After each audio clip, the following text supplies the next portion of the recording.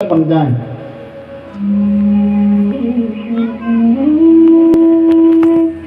इसलिए पहला सूत्र है कर्ज।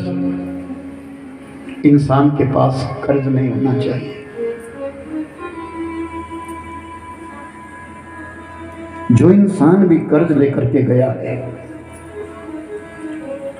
जिस इंसान के पास कर्ज रहा, समझ लेना वो अपने लिए आघात कर गया है। दूसरा सूत्र है फर्ज।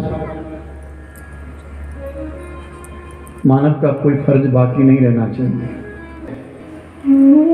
उन फर्जों से निवृत्ति लेनी होगी। तीसरा सूत्र है मर्ज। अपने जीवन में कोई भौतिक, शारीरिक नहीं, मानसिक कोई मर्ज नहीं होनी चाहिए, कोई बीमारी नहीं होनी चाहिए, कोई शौक नहीं होना चाहिए, कोई दुख नहीं होना चाहिए जाते समय।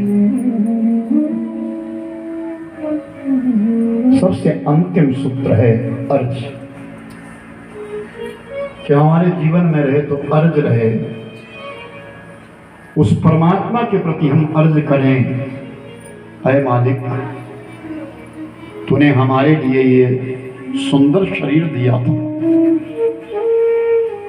जिस शरीर में आकर के ना जाने हमने कितने अशुभ कर्म भी किए और शुभ कर्म भी किए।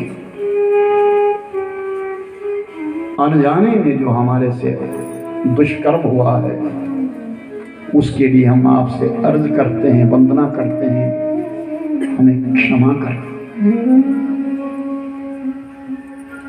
अपने जीवन में याद होनी चाहिए,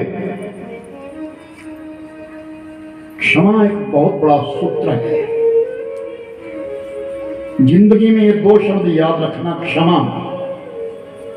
कोई मांगे तो क्षमा करो, कोई चाहे तो उसके लिए क्षमा दे दो।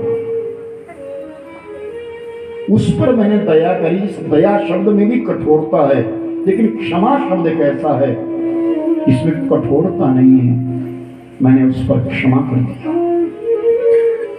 जाओ, मैंने तुझे क्षमा किया।